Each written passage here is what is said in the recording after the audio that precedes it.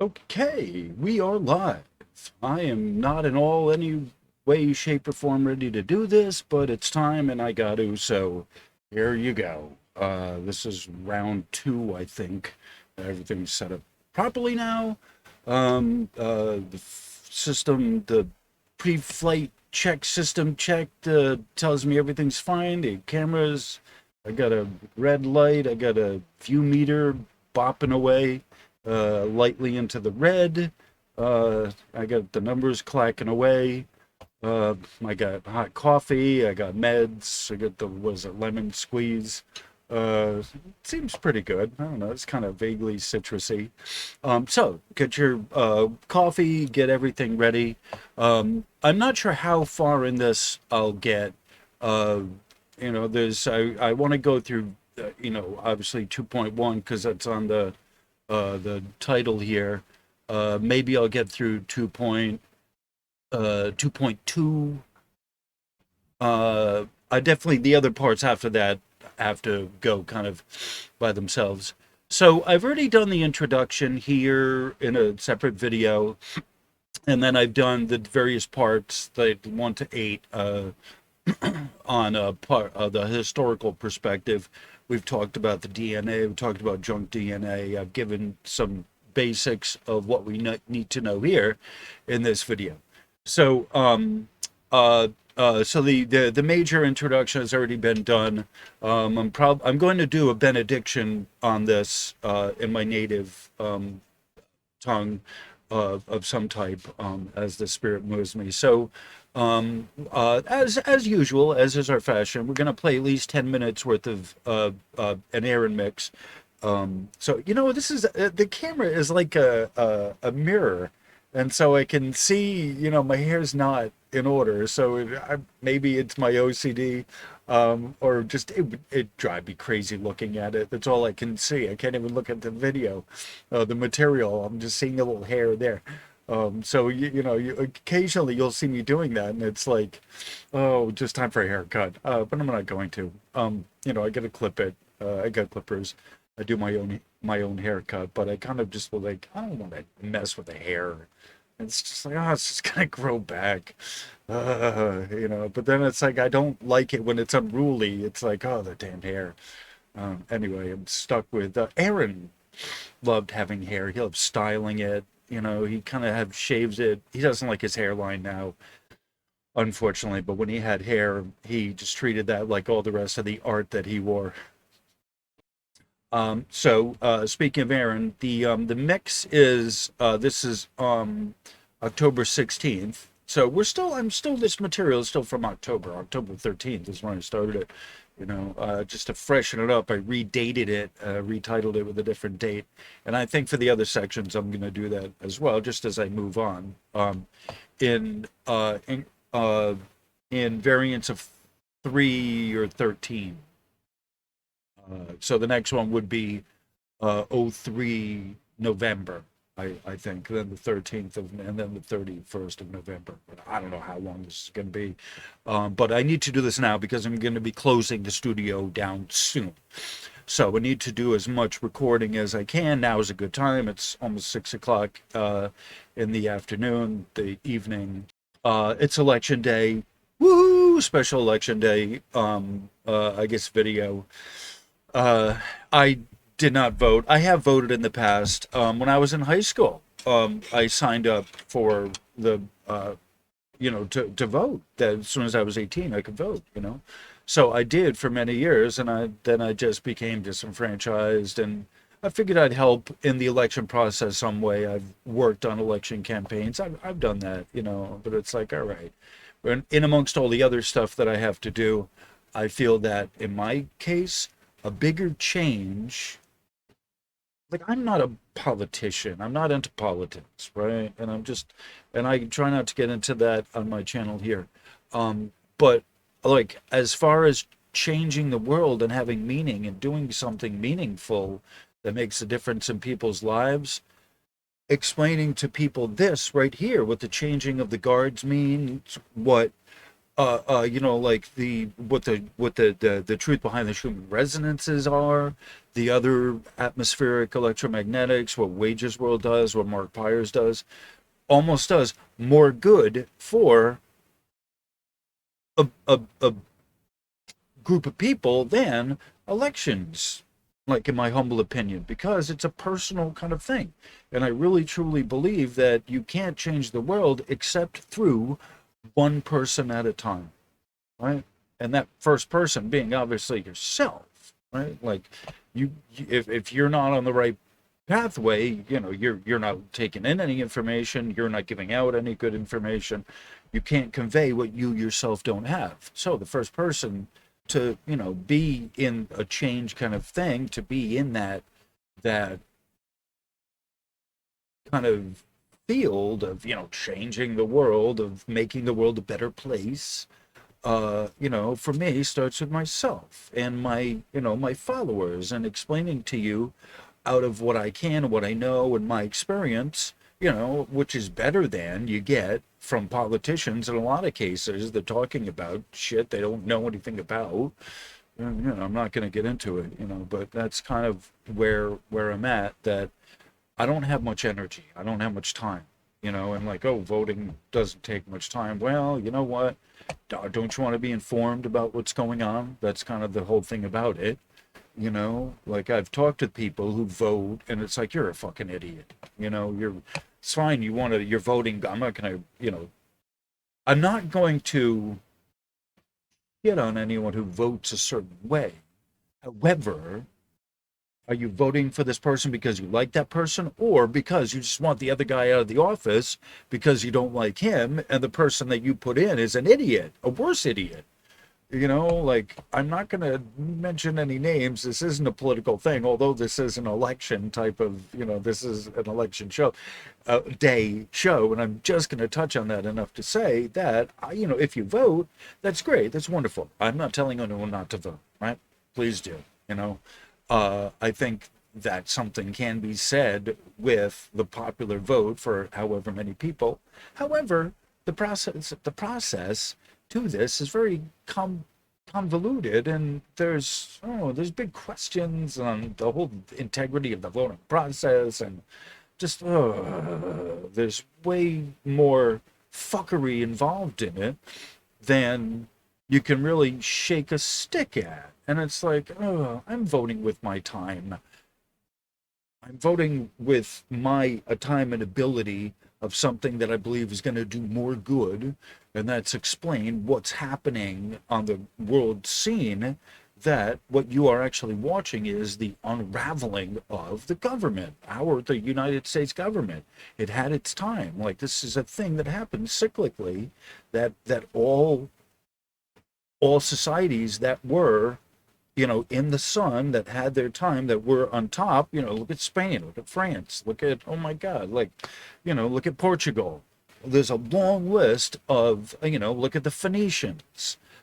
Do we go down, they left their mark, sure, as we certainly will, but there's a rise and a fall. It's just the inevitable comes around. So the return of Pluto for the United States government is now. The plane is landing for, the United States government. It had its time elevation, but it's, getting ready to come into the port to have its due reckoning, have its accounted for its what has it done for its time in the sun. This is a process that happens not just on a personal level, but on a national level. Right? Like all the nations that have had their time in the sun and the fun in the sun, they did what they did and they got what they got, and then it came time to pay the piper, and oh good God. This is not just the United States government, not just the experiment of democracy and capitalism together, but it is also the reckoning on the whole Western civilization, and it's a reckoning, of society, of modern society, which is electrified, right? That's part of what the thing of this that makes the reset so fragile is the electronics and the dependency on the internet and this uh, uh, a networking ability that people have just kind of intuitively ingrained into society without thinking much of it, to the point of its prevalence everywhere and its over prevalence everywhere, which is hand in hand with our over dependence on the internet, right? And how this is the legacy of modern humans, the pinnacle of our intelligence, right? In the electronics, the domestic electronics through which I'm sending this message. And I have all these screens up and the camera up, and it's like, it's all fine and good for now, yet there's a reckoning that's involved. There's a, there's a time and a place for everything, and it's just time. And at 11:33, I think it's time for an Aronmix. All right. So we're gonna play some music here. Get your coffee, your smoke. I'm gonna get my meds lined up, and have some coffee, and I will see you on the other side. So let's.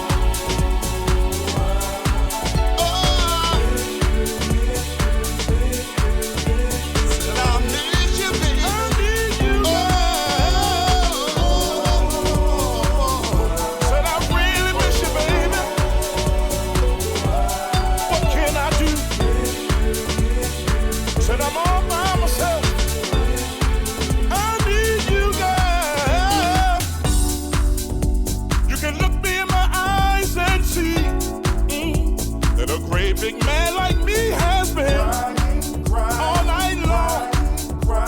Yes, I have. Oh, sitting in my lonely room, yeah, filled with nothing but gloom, and I feel like I'm about to die, girl. I can't make it without you, no, no.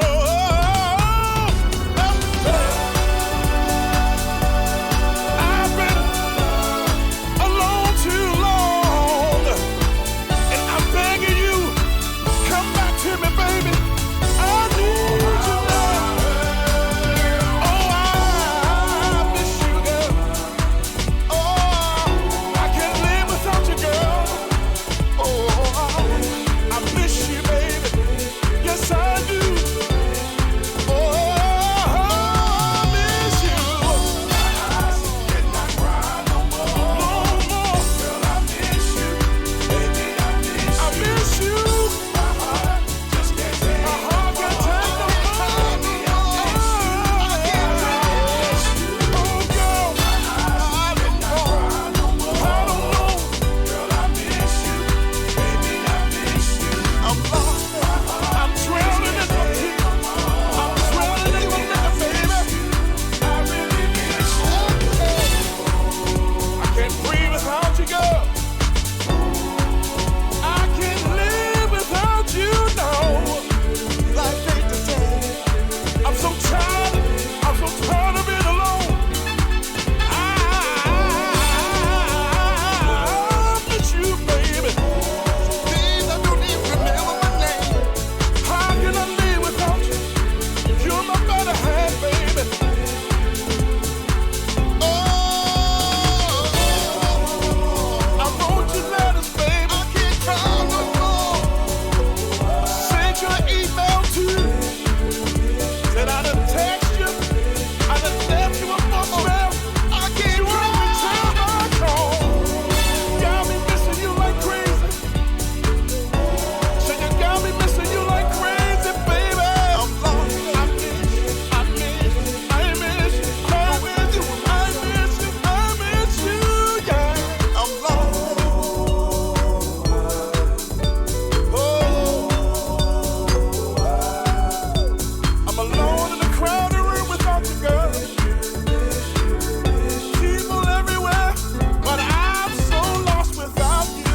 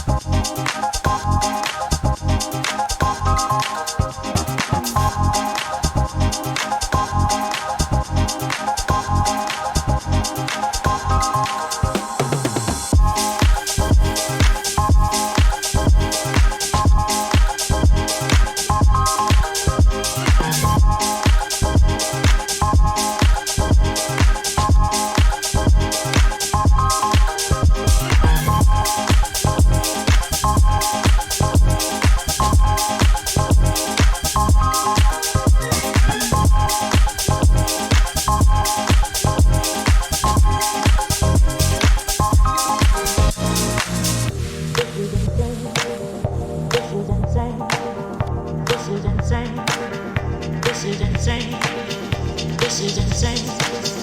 This is insane. This is insane. This is insane.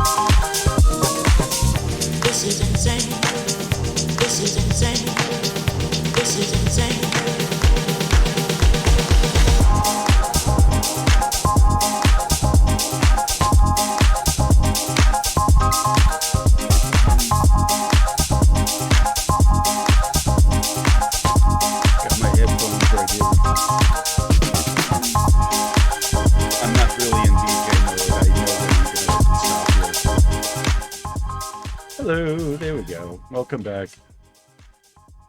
That's pauses.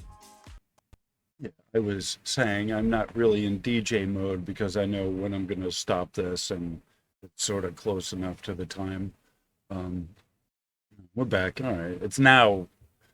We're back. 22:22. All right. So, and I keep track of these times not just because of the time code, but time. Why does the time code matter?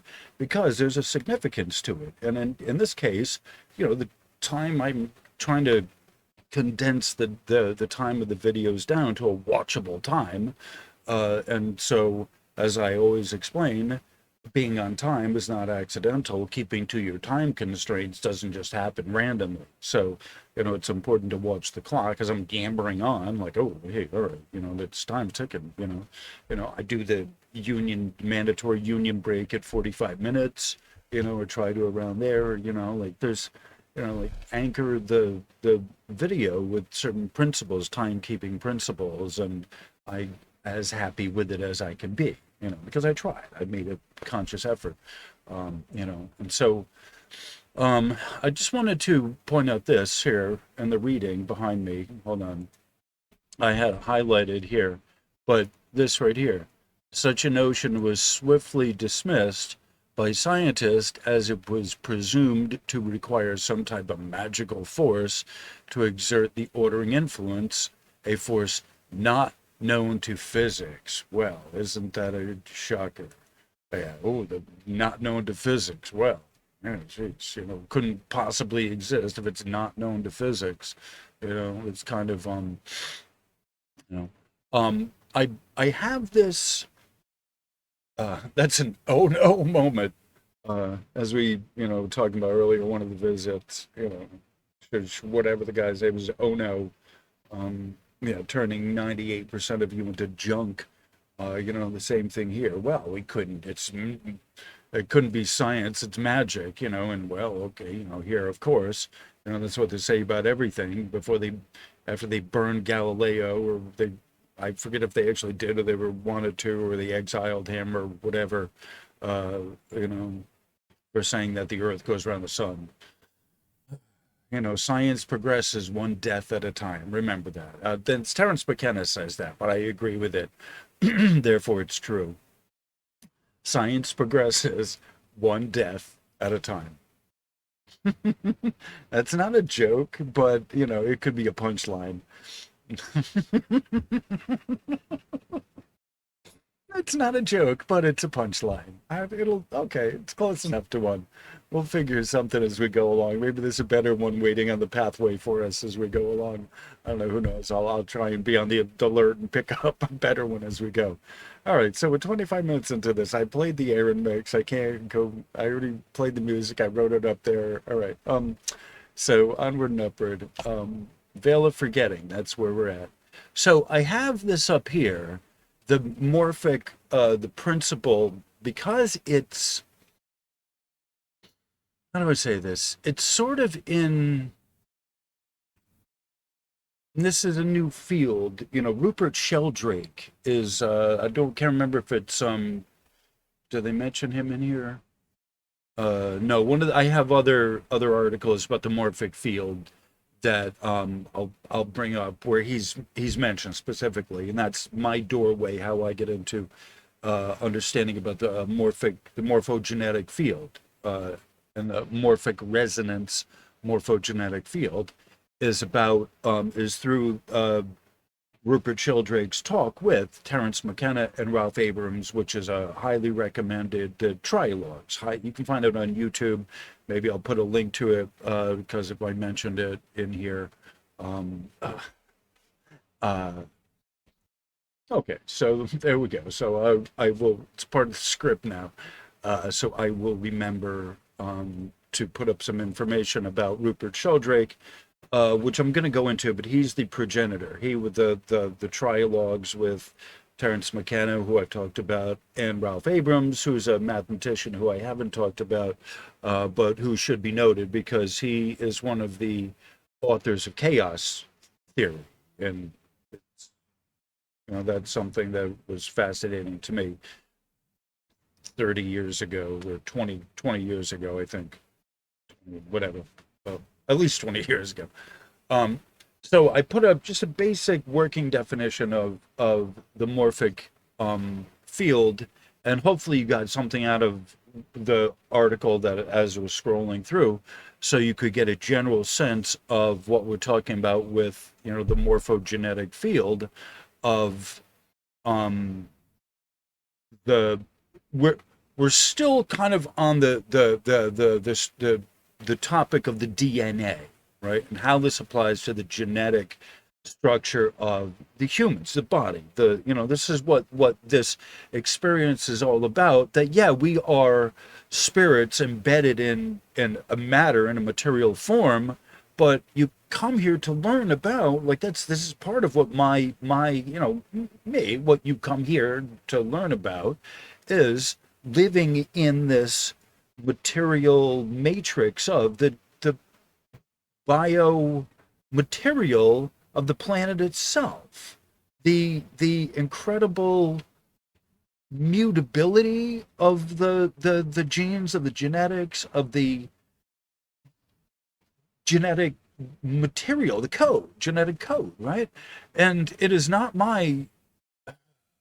it's one of the reasons for coming here, one of the biggest reasons, and it is one of the, okay, I tried to find the video where I had heard this kind of referenced or this kind of put out there, but one of the most valuable kind of commodities traded intergalactically is human genetic code, right?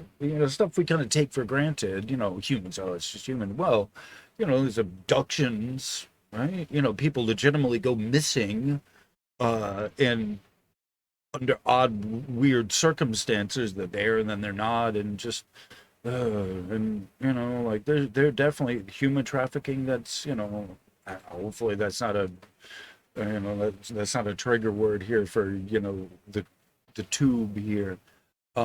But that is, it's not just for slavery, but for other more deeper nefarious purposes. This is kind of part of what the reason why this is sort of one of the things that need to be understood, that it's not just a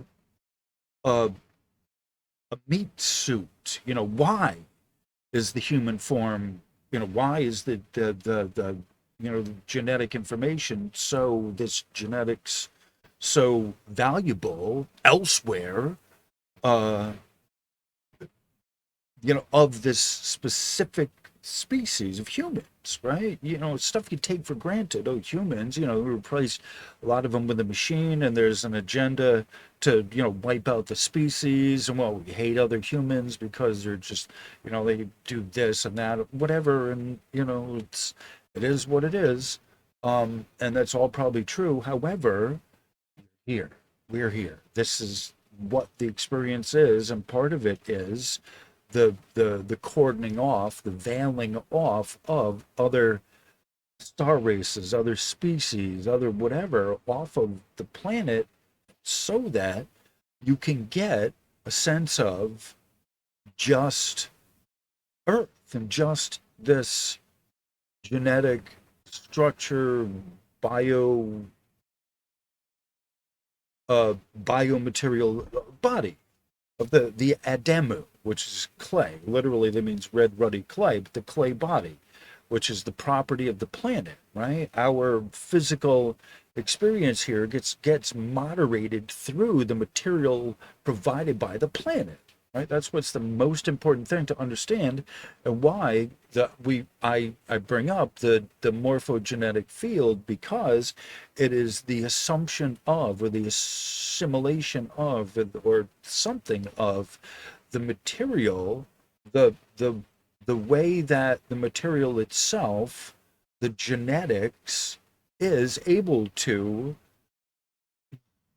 do. Like it first thing it shows you is that things are scalable at different sizes and different scale, right? And that is a property of conservation of the material, that there's already a form that works. You don't have to rewrite it into something more complicated, right? The simplest, the phi angle, the golden ratio, pi, 3.1415 ad infinitum,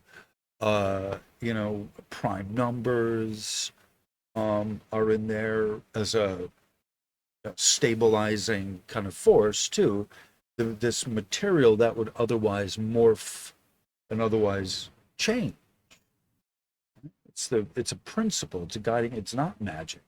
It is a guiding principle that's given to the planet to work with the material. How many combinations of stuff can you make based on, given these principles, how many different, combinations of this would you make? And it's hard. You couldn't number the permutations of this, as things other things are moving around in the environment as well, that are now man-made, like, messing up the equation, unbalancing the equation. Anyway, all right. So 3344. Time to get into the material. I'm not sure how long this is going to be. Before I go on and actually, read the material here, I just wanted to explain why, how it's related. The morphogenic field is related to the DNA. I'm not sure if I really kind of, explained that well enough. But, the morphogenetic field, this is one of the things that, I need to talk about, because when we talk about collective consciousness, it's like, well, consciousness is not localized to just the brain itself, right? It's a field, and these are how things are able to, function, and that's part of it, is that knowing that these things exist, right? That they affect you, and this is sort of how the evolutionary process works. If you there's the better part of the human that's not yours to control. That's very much part of the negotiation and the navigation of the experience here, that that you have the universe in your head as it is, the one that's kind of disconnected from the reality, and then there's the one that you physically live in, that's a very physical domain of the planet, with all the bull crap and all the very dense, getting in your way reality of the planet herself, right? And that's part of the navigation and the negotiation of the two realms of the heavenly that's not physical, the etheric, the astral, the all of the densities of the other existences that you have, right? You could be, that you are working toward, with and all encapsulated in this one, with the full force reality of the isolation veil of the material matrix, being 98% of everything here, in some way, shape, or form, whatever it is, however it is, right? The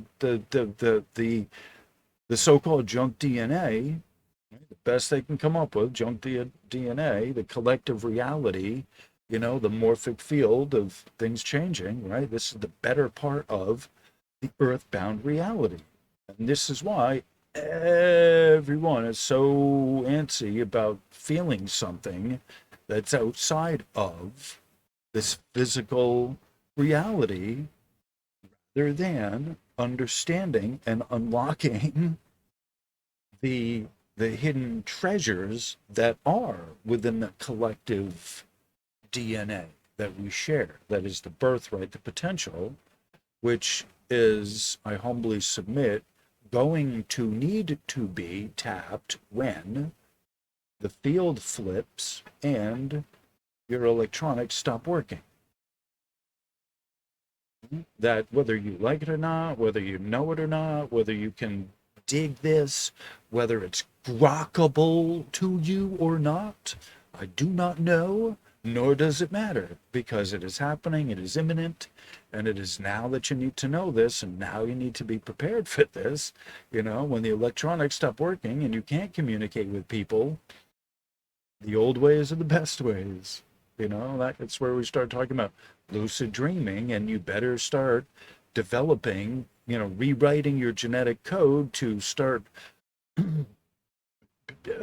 building up and start fortifying your DNA, your untapped DNA, and the disconnected chromosome sets and all of that, all of the you that has been disconnected needs to be reconnected, and that can only be done consciously and intelligently through an effort of your will, not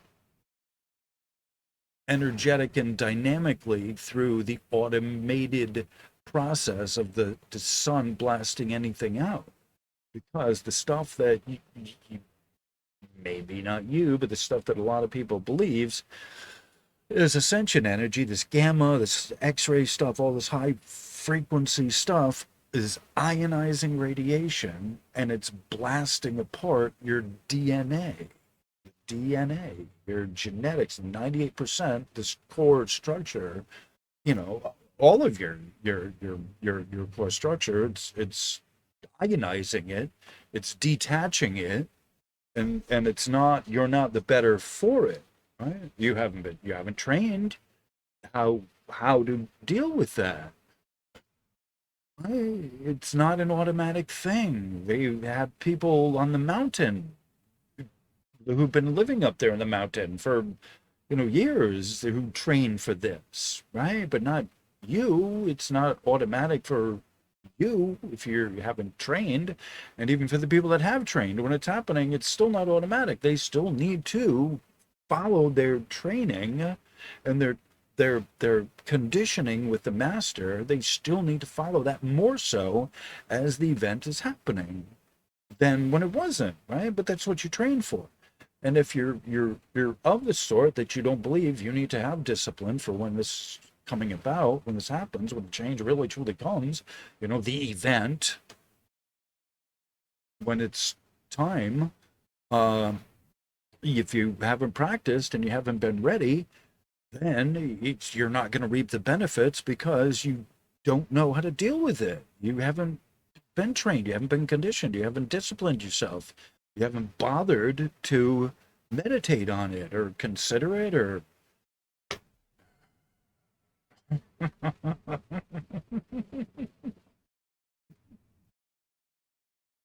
40-40.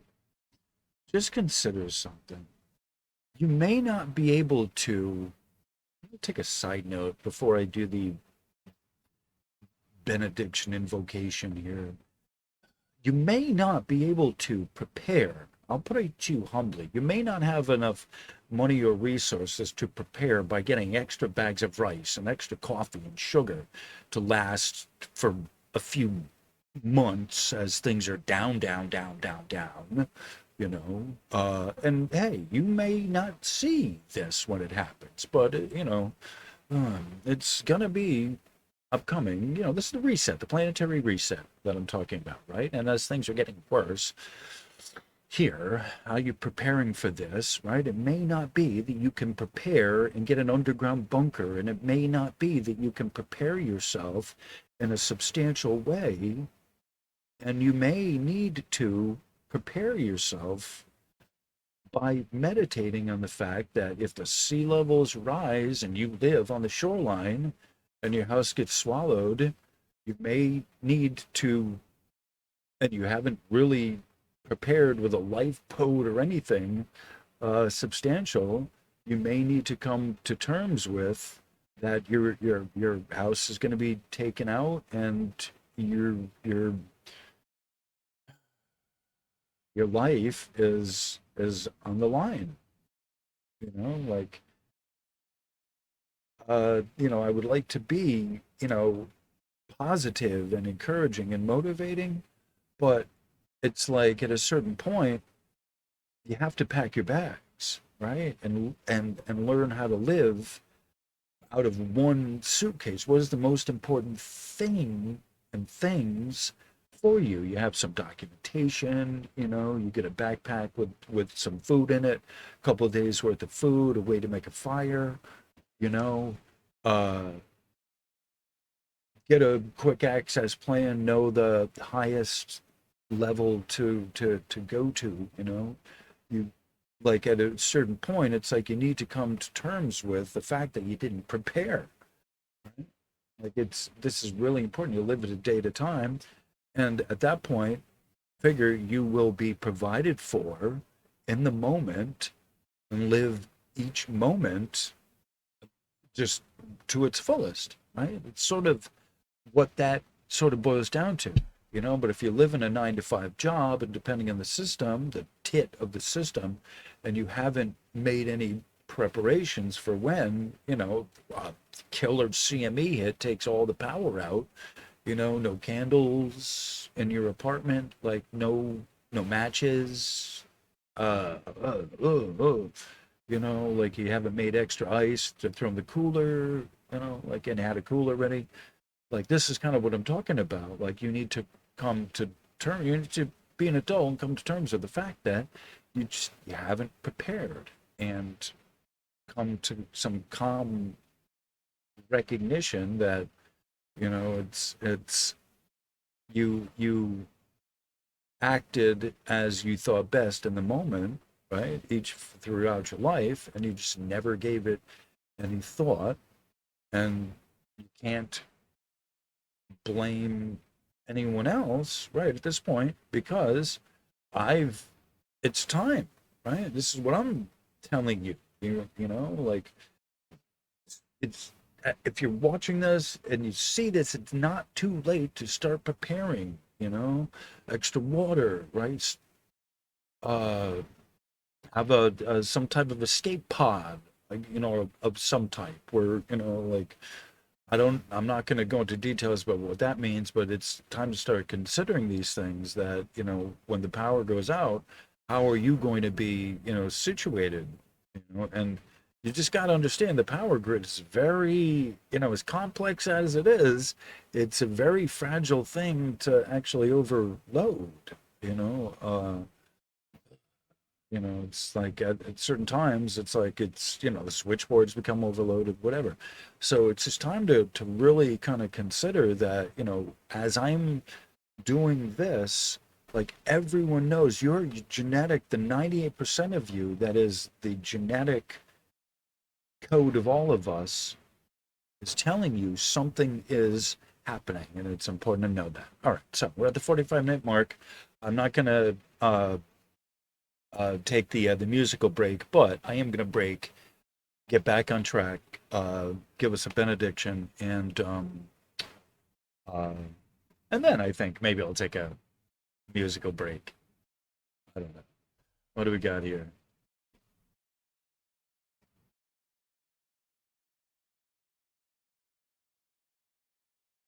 Yeah, okay. Yeah. Yeah. Well, I talked long enough. We'll go I'll do a short little like 5 minute break, smoke break. Yeah, because I need it, I'm a hot mess. I'm not ready to do this, but I got it. It's time. It's just freaking time. I'm enjoying myself. This is still my birthday gift. It's a wonderful thing. I can give this gift from me. I give this gift to myself, and from me to myself and to you as well. Because I'm sitting here with Creator, and that's what all this is. All right, so enough of the jabbering. All right, so let's all kind of I'm gonna do an invocation benediction thing, whatever. I kind of get moved to do these, and it's just I enjoy talking in my native language, my native tongue. And there's a few of you as well who enjoy this, and when I do, because you can get something out of this, so people are moved. This comes from my heart. I miss home. I miss the choir of the angels. There's a resonance that comes with being in the choir.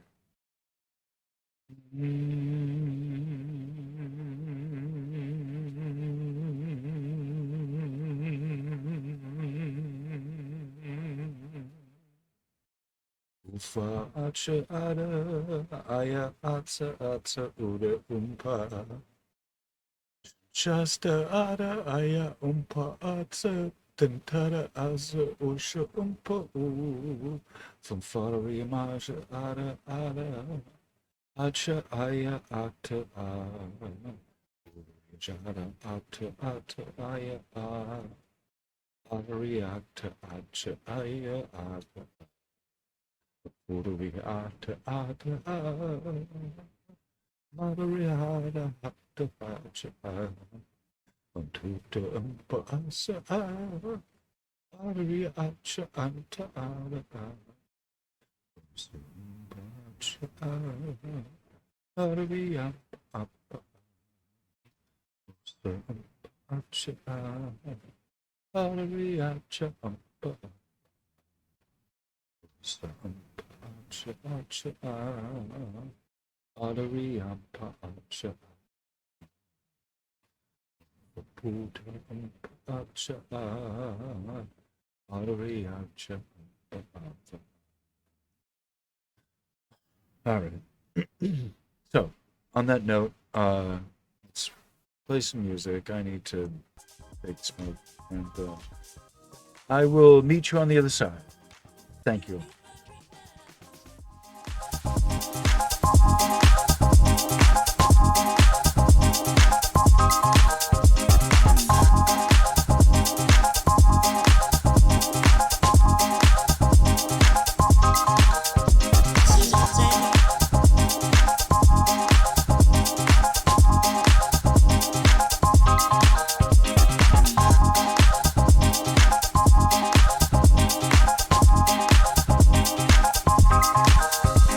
Entertainment.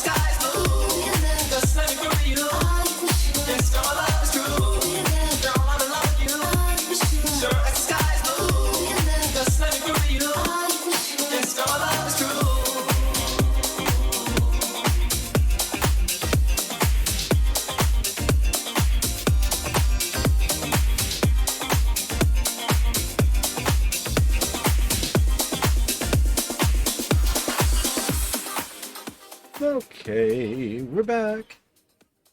Let's pull it back. Okay. Cantata hasta derecha ata hacia aya. Welcome. Thank you. You, it's not just gibberish. Like, you just gotta understand. This is, as I do this, I sit and meditate with the pure light avatar of source, right? As I understand creator,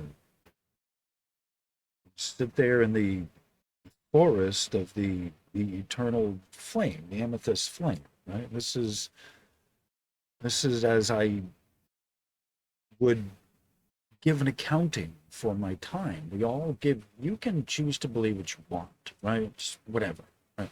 However, what I do know for myself is I will be called to give an accounting of what did I do with my free will, my choice, my ability to make a choice. What did I do? How did I exercise my time here? And knowing that, there's not many people that are maybe even ready. There's 10. That's fine, even. It's fine. The amount doesn't matter. Even if there was one, they tell me it's not up for me to decide who's ready. It's up for me to provide the information and let them come and find it, right? And so that's part of like what this is about, is that it is just time to present this for you to make your own decision about what's happening in this world. And as I sit with the understanding that I have of source in heaven, near heaven, as far as I'm ever going to understand this, or anyone is ever going to understand it here in this form, right? Like, that's part of what, like, this, the etheric astral part of me that's there, and I meditate on this. And you're free to believe whatever you want or have whatever experience you have. It's fine. Yeah, for me, that's what this is about. That's what I'm doing this for, is to present to you the the voice of, like, source, God, the my guides, as I understand it, because this I've asked, what the fuck is happening? Why am I here? Right? What do I need to, if this is all pointless, you can just disregard this. There's not a reason for me to have to be here, right? Yet it's not pointless, because you have to understand the genetic code of humans is so widely traded intergalactically because of its value. And what is that? Why is that, right? And that is part of the experience as well, not just the genetics of the humans, but we don't really function anywhere else, right? Elsewhere, right? It's just, we have to be kept kind of in a very uh, whatever, a contained environment outside of the planet. That's a word as I could. So, with the guidance of our guides, let's get into the material here. So this is going to be a bit more complex, and it's going to help explain what makes Earth so unique and the Earth school so difficult. And I've explained what makes this how that life here operates differently. Right? And part of it is the prevalence, overabundance of liquid water on the planet that you can't discount, right? And I've talked about that before, the water Tiamat, the watery dragon, right? And this is something that I think probably could stand to be going into detail about for those who don't know, who aren't familiar with the rest of the solar system, right? Like, there isn't another planet like Earth, and another, even a moon, like, and I said this down here here I guess I'm at, that there's nowhere else in the rest of the solar system that we could live without being in the spacesuit or have to find some type of contained building of some sort, Mars, there's nowhere in the rest of this galaxy that we could go and live. Certainly not on another planet, not on the moon, uh, that is similar enough to Earth. And they've looked out, they're still looking for, planets that are comparable to Earth's, but it's not in the solar system, and the planet itself operates on a very narrow range of parameters that even, like even within the the extreme cold and extreme hot, there's still a narrow band of temperatures and conditions that operate on the planet, right? So the we are a we are we are humans, so the planet itself is unique. And I had all right, let me read this. Were a person or intelligent entity to exist in etheric form, like your dream body, or in one of your other etheric forms, or astral form or some such, you might be able to live on another planet. And in fact, Rudolf Steiner represents that we did live on other planets, but in different form, a different type of form, but we did live on other planets in different other bodies, right? So the etheric form is one component to the etheric form is one component to the human factor. Yet we're more than this, right? So we're like nested. The example that I've given before that was kind of given to me is like nested dolls. They get the doll within a doll within a doll, right? Like the Russian. I'm not sure what the name of those are. I just know them as nested dolls. Maybe not. But Russian dolls. And they have a name for them. I don't know them. Maybe if you do know, you can leave it in the comments. That would be helpful, But I think. Uh, Hold on. Okay, so it's generally like the nesting dolls here, and maybe I can find a picture of them actually nested uh, into one another. Yeah, they're not helping me. Yeah, just they go from one size to another, and they nest one in another. That they're called nesting dolls, right? So, uh, uh, there's a great song about fire hose. So you're a China doll inside another doll. Uh, um, we went whispering when you're hollering, right? Uh, maybe I'll play it. Maybe I'll find it. I don't know. Maybe I won't. All right, back to the material. So, all right. So, hold on. Let me find my material back. Okay. So the analogy, the picture. I love having some picture to work with.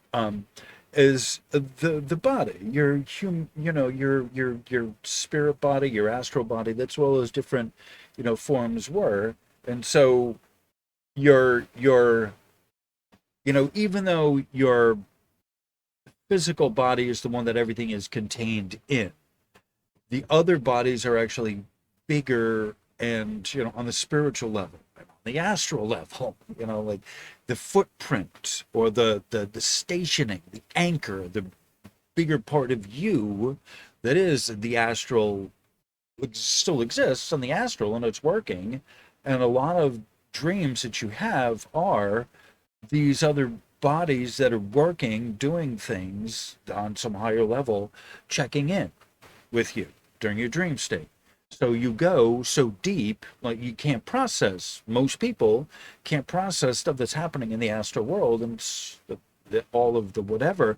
And so they do dream, but they go so far down that you can't bring back the images. They're just too out there. You can't English them. You can't Englishify them. You can't languageate them, languageify them. They're not Englishable, as Terence McKenna uses that phrase. It's not Englishable, and I love that, and I use that as well, because that's sort of it. Like maybe other languages would have a word for it, but English doesn't. It's not Englishable. So it's part of what, some of these experiences are, that you may be able to express it in a picture or a graphic of some type, but it's not Englishable. Right? So that's why I like having, the images that you can kind of wrap your head around. And that's sort of what the etheric and the astral uh, and the physical bodies are these different, integrations of the density levels. It's sort of what I'm talking about here. It's not a dimension, it's a density. And yeah, they are. There's also a dimensional component to it, but that's not the first most important thing. When we talk about you, where are you? You, in your bodies, the vessels that are you, we're now talking about different gradations of density. Right? There is a dimensional component, but you can't get overwhelmed by that and start thinking it's only in your head, right? It's the biggest problem people have of imagining a difference between a dimension and a density, right? Like I'm not going to go into this right now, but you have to understand that when we talk about the containers and the vessels, right, this is where we start talking about the density in geometry, in sacred geometry in some cases, right? Like, and you can kind of see, I'll even show you, hold on, right? The image here, you see these gradations, you can look at them as different vessels, right? The different container sizes of the different aspects of you, right? That when we're talking about the astral and the, right, these different, I'm giving you a kind of a this is a cross section of that, but the shell is a three-dimensional kind of thing that's like, like it grows out progressively. The whole thing itself is a big, it's a big shell, but within that are smaller gradations that happen within you spiritually, but also extend out. Your other astral bodies extend out as well, right? So this is important to know about, to understand about that. That yes, there are dimensional components to this. Yes, absolutely. But the densities are more important for you to understand about the vessels and the different spiritual qualities, like sandpaper in some way. Like if you looking at sandpaper, it's all the same kind of dimension to you, right? If you say 30 grit or 50 grit, the dimension is grit, but the density is 30 or 40 or 100. Hopefully that makes sense to you, right? Like the dimensions and the densities, they both work together. You can't supplant one over the other. They work together. One is the dimension is the type of the pattern of it, the grit. Right? That's what the sandpaper is measured by, grit, right? Not the paper, but the sand. It's a technical thing, technology, but it's also a spiritual principle here to understand that I'm trying to give you an image of that. Hopefully, most people understand sandpaper, right? A dog. You may not know the grit, what that technically means. You see a number there, 100. All right, all right. So, but that's what's important to understand here is that the grit is the dimension, the density would be the 100 or the 600. Say, for example, like gives you a different example, these densities give you a different understanding of how to use the sand, the material, the sandpaper, right? All right. So this is sort of one of the things that we're talking about here, and understanding is just examples, right? Just these are, it's difficult to explain these kind of non-physical, non material kind of concepts in, terms of you understand. So I'm using examples, analogies, a number of them, hopefully a number of them, and you can start to get a sense of, you can kind of triangulate in on a mental picture upstairs of what you couldn't otherwise picture, right? Hopefully that's the goal. Right? So hopefully these analogies work for that purpose. That's what I'm trying to do here, right? And there are part of you that, like Steiner, Rudolf Steiner in Anthroposophy, he says this, there's part of you that are still living on the planets, the astral and the whatever body. There's still a correlation of you to those realms, right? That there are other forms of you, right? The etheric, the astral, the dream body state that exists that can go to those other places that are not bound by the human genetic code of the body, the material matrix of the body itself, right? You can leave at dream time, you can leave. However, there is one substrate of you that is embedded in the body that it causes the body to be animated, right? So that small part of you, that 2% of you, is the spiritual will of you, that your free will that is able to make a decision, that does make a decision, right? That small part of existence, the 2% or 3% of you that's truly unique, is your free will decision. The rest of it is navigating the physical form of the genetics with the morphogenic field and all of this stuff intermixed into one huge melding pot to kind of see what happens, right? This is part of, it's a school, sure.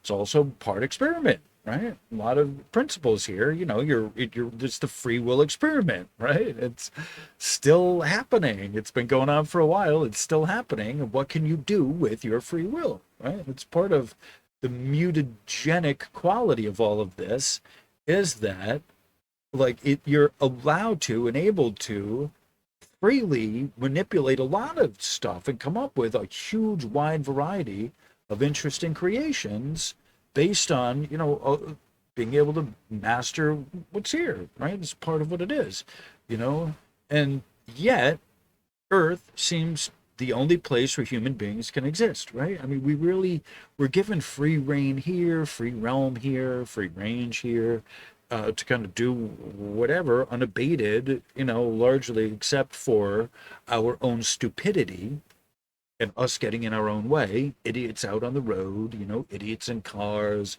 construction failures, epic, design disasters, train depots exploding, right? The humans over complexifying things, building beyond their capacity to safely manage it and manage catastrophe, and therein, goes the world. There, I humbly submit, there isn't any other place humans can exist that would be as forgiving as Earth. Right? That's what I know as a fact. Right? Believe whatever you want. I'm pretty much convinced that there is no other place, because Earth is intelligent. It's giving people the ability to, how much more time do you need? Well, geez, the time is running short. You've had 7,000 years since the last reset. How much more time do you need? Earth is the only place that a human being can comfortably exist, and certainly, and on top of that, not just live and survive, but thrive and proliferate to the fact of taking over the planet and, I don't know, trying to planting some crap like CERN into the planet, other things, other atom smashers, and just it's at the point that humans are, that the human puppet is that developed that it is at risk of extinction, right? So either the planet does it, and then maybe some human life will be left, or the humans left to their devices will make it complete and total, except for the ones with the biggest paychecks, and then they'll, the biggest, amount of money, amount of resources, and then given time, they'll turn on themselves, right? It's inevitable. They turned on us, and they'll turn on themselves. The wealthier they are, the least amount of loyalty they have to anyone. Really, just that's basically how that plays out. Doesn't have to be, it's just an observation. Seems to be the way it plays out, Is that humans, or is it some force outside of a human being a puppet and using humans for, food, right? To do all this, whatever, or some type of a servant, or just, as a puppet, of a greater cause, like the extinction of the real humans, Anyway, it's a question. I don't know. So living in the living in the etheric form is easy, yet immensely difficult as a coherent individual capable of making a decision, of living in the moment. All right. Oh, hold on. That's a new thing.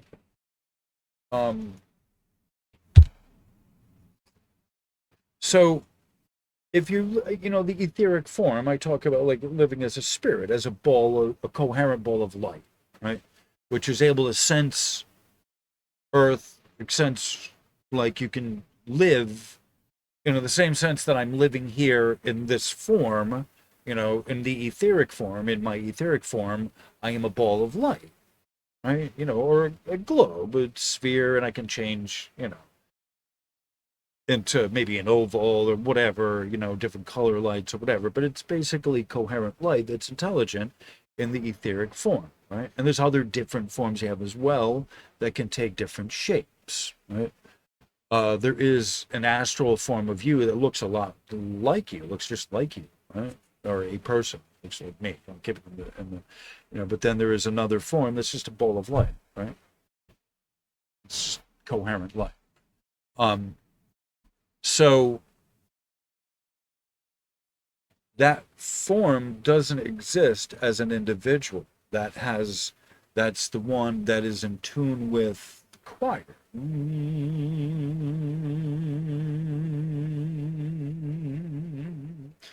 You give into that, when you're in the host of the angels, you give into that choir and that's like the hive mind in a sense.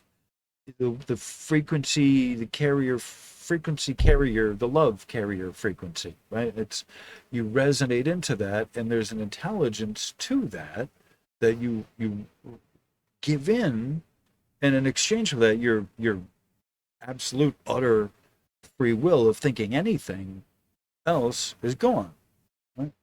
And so you don't exist properly as an individual in other forms, unless you are like negatively aligned, and then you're still not thinking as an individual. You're still a parasite. You're a bigger parasite, right? So barring that, someone negatively aligned, right? Barring that, if that's not you, it's not me. That's not what I'm looking for. So at that point, in my etheric form, I'm connecting with the light, right? The hum of the angels, the choir of the angels. That's what I'm tapping into. What I'm tapping into, to get back to, like, how do you explain it? Like, here, you have to physically make a decision to do whatever, but in the other form, as you give in to the resonance, the hum, it drones out any other thought of anything else. It's the hum of the angels that comes when you're there in their presence. That joy, the only thing you want to convey is joy. Right? That's how you resonate, right? There's no complaints, there's no nothing, right? It's a different thing. It's a different experience. You're just not bound up in the physical, the not bound up in the 98% of the junk of the physical existence of the planet, right? So part of the greater part of you that's out there that needs to rewrite your genetic code. Right? It's why you're restless, irritable, and discontent is you needing to rewrite your genetic code. And what part of that is to rewrite it with joy and happiness and find your, that's why I play the music. That's why I do this, house music. I play other music, but it's like dancey, it's poppy. Aaron gives him the music for free. I know there's not, oh, it just, it's a living experience. That's the thing with the Aronmix. That's why it's really important. Why I play this, why it's important for me to take a break, is to get up so you all can hear some really good music, some new, hot, fresh music, and know Aaron is on his rollerblades. I'm here dancing to it. Jacqueline's on a table or a lap dancing. Well, I don't know, maybe a pole somewhere, maybe at the top of her car. I don't know, whatever, who knows? Doesn't matter. But it's about getting up and accessing the the resonance, the innate resonance of the 98% that is there, that's collective to all of us, right? And that's part of what the rewriting your genetics is to get up and move around and to physically make your genetic container a more clean vessel, and to clear out a lot of, that's why it's important to do the genetic lineal clearing of the genes of your your bad parenting you got as a parent, or the trauma, the bad conditioning, everything that you told were a lie that you holding on to, getting rid of it and clearing out and rewriting the genetics so that you're operating at the higher, the higher resonance, the higher, the higher spectrum. You're operating in a different, different wavelength, frequency spectra, right? You're just because you're looking for that, the joy, the happiness that should be there, that is your genetic birthright, when you hum and you resonate with the angels, with the guides. There isn't any other better way to put that. I can't put it a better way, and I can't give you a picture. You have to kind of just tap into that understanding of the displacement of free will by the collectiveness of the wanting to uplift each other. That's where you giving you're not giving away your free will, you're displacing it for the betterment of all of us. It becomes your free will to want to be part of the uplifting. There isn't a better way to put it. And that constant elevation of others, if you will, is the hum, the resonance that's generated, that takes the place of the schlep and the schmuck and the crap of the the poison that's here and the society part of this place. The earth herself is not, this place sucks, this place here, right? But it's the free will choices of the human that weren't of a free will, that weren't of a free will nature of this moment, that were of the binding nature of conditioning, that they acted, they supplanted their free will with given over to other people's desire. And those other people's desire were probably to make money and to subjugate someone else, and on and on. The schmuck and the drep and the schleck or schlock of the human experience of the mud, the clay, it is on, is devolution that I talk about, right? It's evolution is not a foregone conclusion. Evolution or change, mutation in the positive direction is not a foregone conclusion. It is a more likely conclusion that the evolution in the negative direction, the devolution, is a more likely foregone conclusion for the human species here. It's just the natural order of the swamp of the planet that just seems to take over.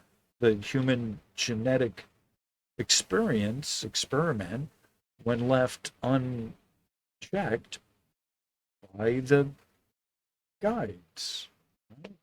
That's why volunteers come into the human form to refresh it, and why the angels come into the human form to refresh it, hopefully, and to puntada asta shanshari mamahasa ata ada aya umfuupa atara anja ara pa ua impa echa asan sumpu utre unkara asta tarecha apa atsatsa tunturo ushama ufupara baba asataba namsha acha atara unchama ufubama. Resonance is there, and it's not the Schumann resonance. God bless it, it's a wonderful thing, but that's not the resonance. That's not it. The 7.8 is not the resonance of love. It's not the one, the Schumann resonance is the lowest frequency. You talk about the low frequency. Oh, I'm going to get away from low frequency. That's the Schumann frequency. It's below your hearing. No, it's the closer to the 60, 70 hertz, maybe up to about 100 hertz of this part here, this part of you right here, right? That's the frequency. And that's where the electrical band 50 to 60 hertz is, right? That's where the love frequency is generated, between the 50 to the 100, maybe the 120 hertz, where the speaking and the music band is located. Right? It's not just one frequency, because love is not just one thing. It expresses itself in a number of fashions, in a number of different ways, that is not just even with the spoken word. And love actually is on all the frequencies. But for the humans, right, for the human experience here, your genetics, your DNA, right, 50 to 100, 120 hertz is approximately the love frequency, right? That's how it's been explained to me. Believe whatever you want, right? And that's love also encompasses empathy, sympathy, compassion, right? Like just all these wonderful things. Even if it's, self-motivated, I'm still helping someone because I've been there. I know what it's like, right? And something that does have your own self-interest involved is usually the most, effective form of help. Quite honestly, there isn't anything that's selfless, but if you're really, if you've been in a situation and you help someone, remembering the time you were in that situation, God loves that. I personally assure you of that. God loves that. Right? There isn't anything higher than, fuck, I've been there. I know what that's like. Here, let me help you. Right? That's God, right in the middle of that. You don't know it. You may not think of it that way, but I assure you, right? Like there isn't anything that's ever going to move a human faster or more efficiently than, fuck, I've been there. I know what that's like. Let me help you. Right? Just that is the utmost human experience, quite honestly, in my view. Like that is what should be the utmost human experience, is the, I've been there. Let me help you out. Right?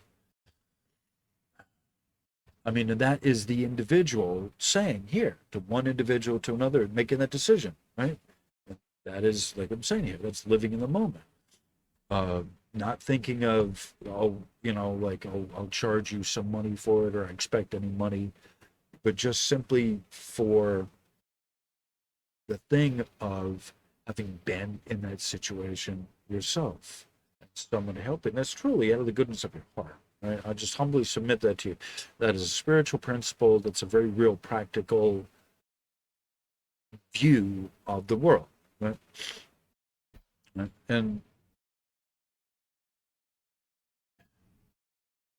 That, and I humbly submit to you, by that mechanism, you are living in the etheric form, and you are living outside of the 3D world.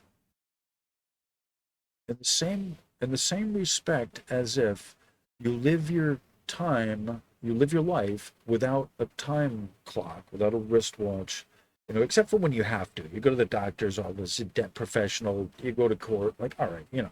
But in the case of like my boss, like whenever I'm out there, I run into her randomly, right? Not every time, but frequently enough that when I needed to see her, I run into her randomly, and it's not random at this point. That it just so happens.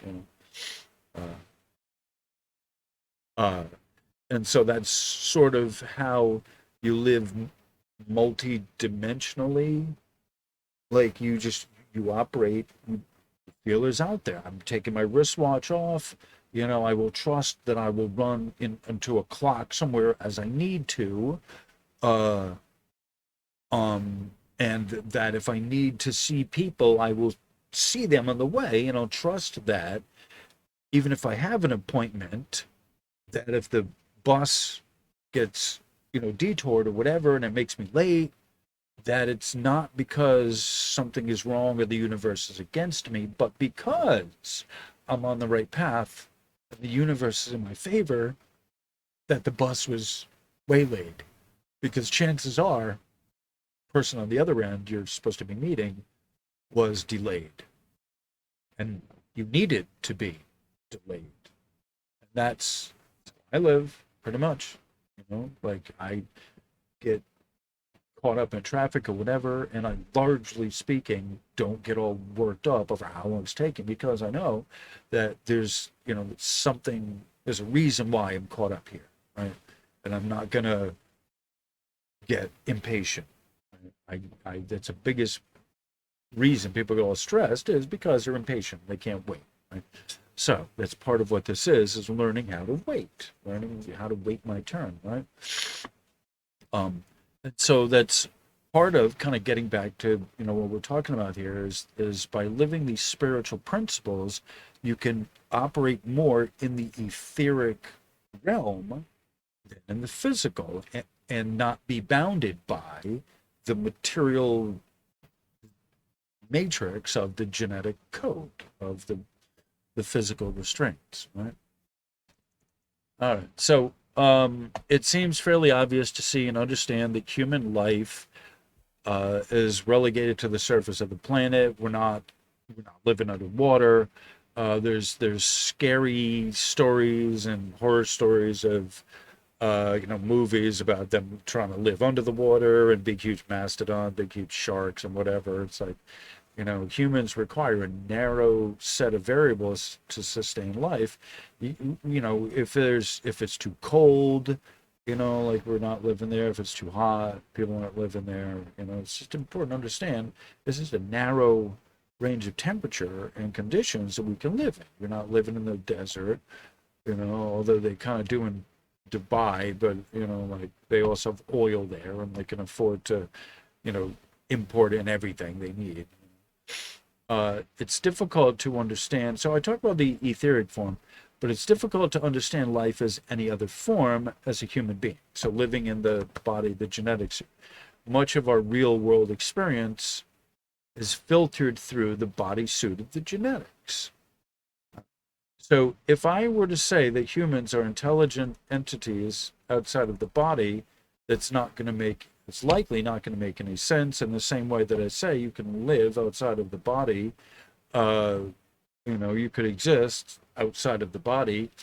The dead people are living in a form, a spirit form, an etheric and astral form, right? And at this point, a lot of old souls are just getting removed for healing. Like they need healing.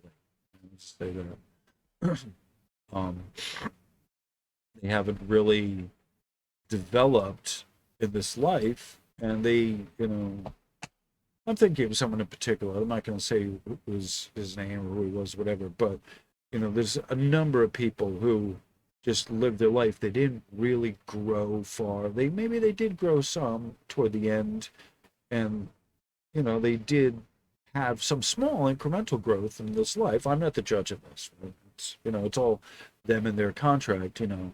But they never really found what their true life's mission was, and they missed the call, they missed the boat, they missed the whatever in a number of key areas in their life, like with the kids. They just weren't good parents, say, for example. Um, and so as a result of that, they, like they would damage themselves. Right? Like that's just kind of what it is, that they weren't good parents and they had to be, they have to be healed. At this point, they're the people that they were as this person weren't nice people, and they have to be healed. Right? Just put it that way. Before they even you could consider reincarnating, and at this point, they can't reincarnate because that portal is closed for them. Right? Like this was the last lifetime. Right? Before the reset, everything is, like this was your last lifetime. You had this up until the moment you died to find your purpose, find your plan, but you didn't. You're just kind of stuck with what you're stuck with, and you got what you got. So, yet, were I to say the spirit animating the human body, it would be easier for people to understand. All right, so the part of your spirit is lodged in the material matrix of the planet. It enthuses it inspires, it inspirits, it inhabits, it animates the material, the code, the genetic code. Most of you isn't made up on the spot. Most of you is pre-made from your grandparents and everyone that came before you. And it's the same thing with your offspring, that the physical genetic code, the physical genetic material that makes a fetus is provided by a sperm and an egg, right? And then the code there, the 2% of the will of the spirit, animates it into life, and then whatever happens out of free will, but the better part of humans that makes up the human experience is preset with the genetic code that comes from the parents and the grandparents and all the rest of the human race, right? That, like that's part of what the morphogenetic field is, of the DNA code of things just kind of repeating themselves eventually over time, but it's where how much goes before it's repeated, and if you think of like repeating numbers, like kind of prime numbers, like this kind of thing, that they provide an anchor point, then because there's statistical stability, like I can't even explain it, but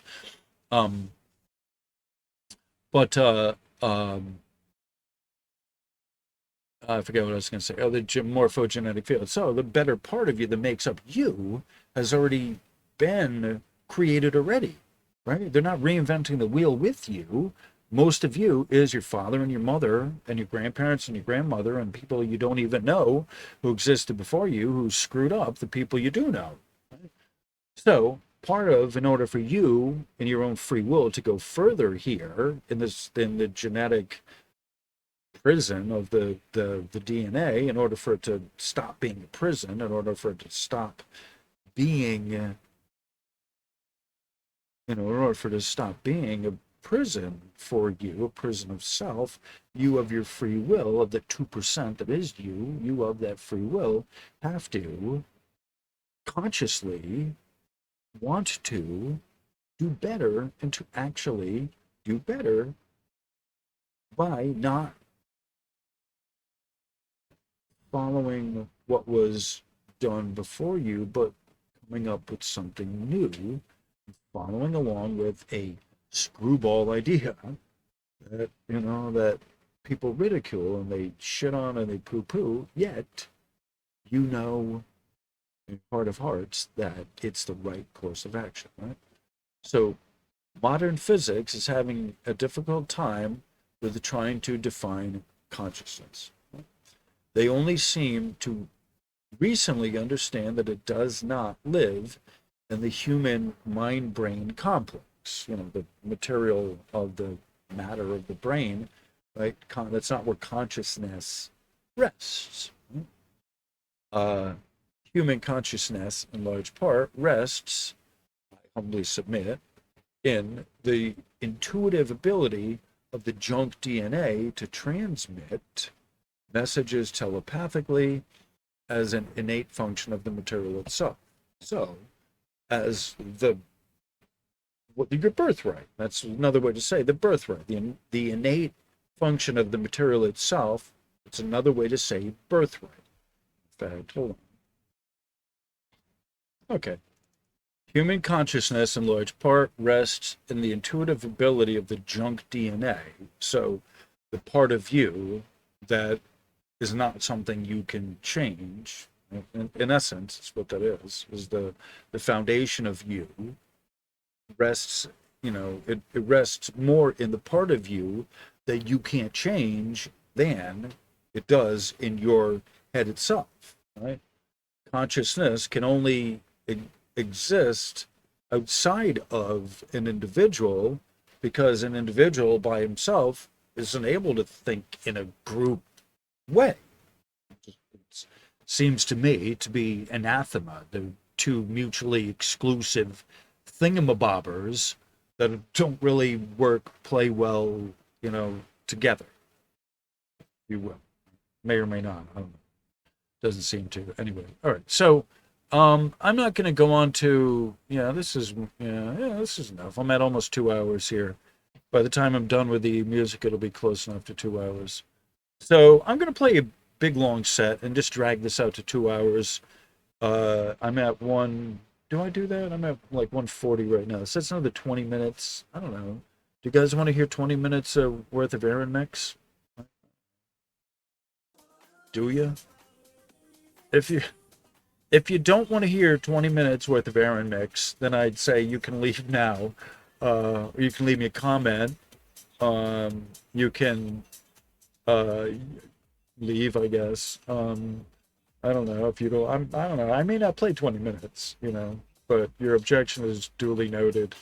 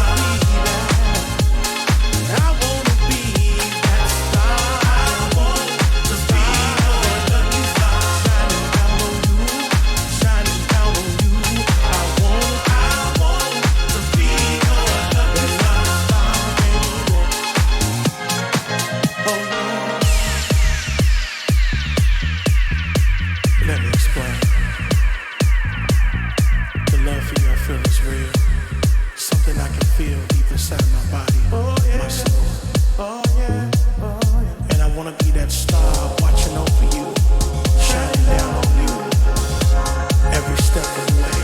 Oh yeah. And if you would just let me be that star shining in the night, when you look up, you'll feel my love.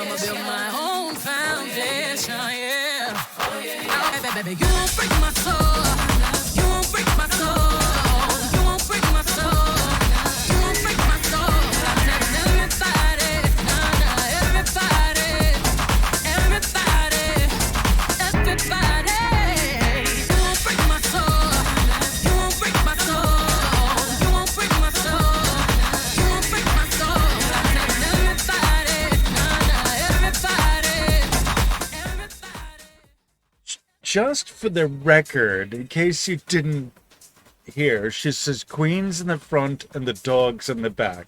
Or the queens in the front and the dogs in the rear. Right? Queens in the front and the dogs in the back. Right?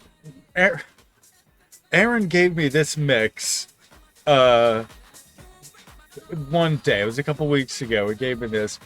And then like the next day, or the Friday after that, we hear this over the system. He's playing, the DJ's playing this, and I'm like, holy shit! I know right where he got this from.